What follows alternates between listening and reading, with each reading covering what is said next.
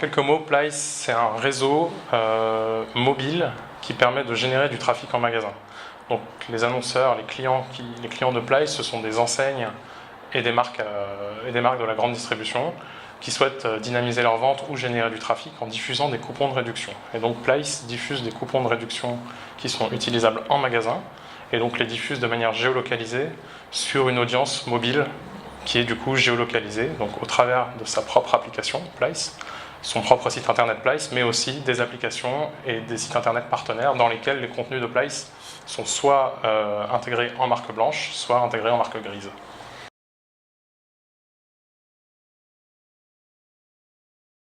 Il s'est passé pas mal de choses depuis la dernière édition de la Nuit des Rois, notamment des beaux partenariats.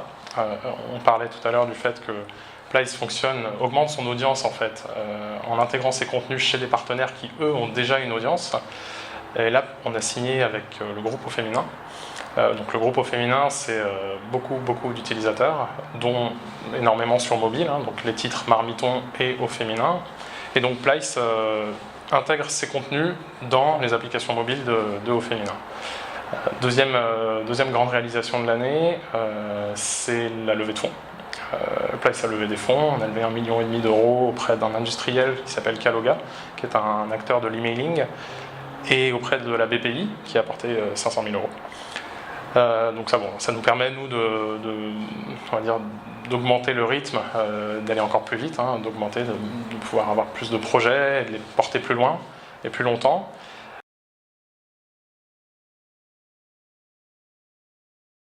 C'est une campagne qu'on a réalisée pour Yves Rocher. Alors c'est drôle puisqu'on avait gagné l'année précédente avec le cas Marionneau, et là on a réalisé une très belle campagne avec Yves Rocher.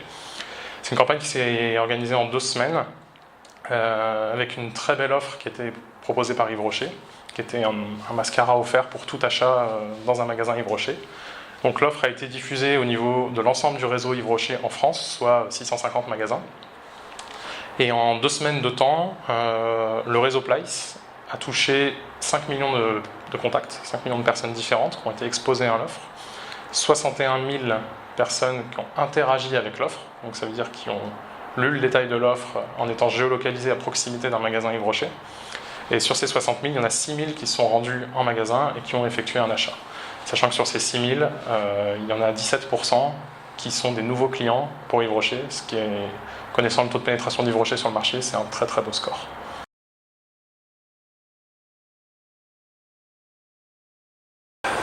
La tendance en 2015, alors nous, vu de notre petite fenêtre du marketing digital, mobile, en magasin, c'est l'adoption par une grande partie du marché de nos services, pas en tant que Plice, hein, mais au sens large, des services géolocalisés. Je pense que les annonceurs ça fait plusieurs années qu'on dit que ce sera l'année du mobile, on a toujours l'aspect géolocalisation qui ressort plus ou moins, et je pense que maintenant les annonceurs l'ont compris. Il n'y a plus de retailers qui comprennent pas très bien ce qu'on leur raconte ou qui n'ont jamais entendu parler du Drive to Store et encore moins du Mobile to Store. Donc pour moi, ce sera l'année de l'adoption.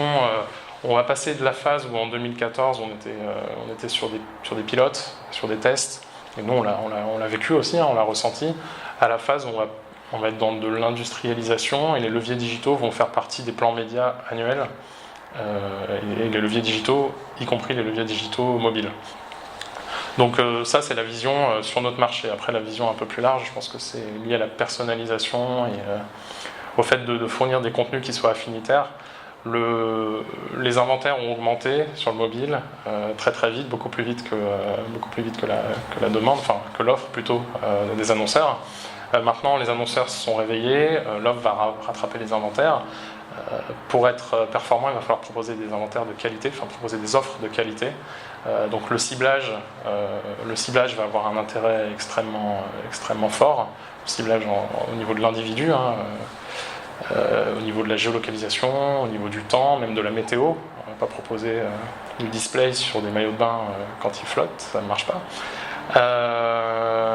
Mais aussi le ciblage affinitaire dans le sens où je suis une application, un éditeur de contenu féminin, je vais adresser de la publicité qui correspond à mon audience au sens large et pas seulement au niveau de l'individu.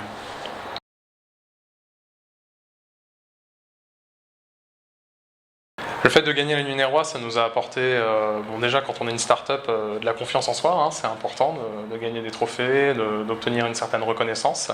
Je passe sur le fait que c'était une très belle soirée et qu'on s'est beaucoup amusé. Non, ça nous a surtout permis de valoriser notre produit, de valoriser notre concept auprès des annonceurs.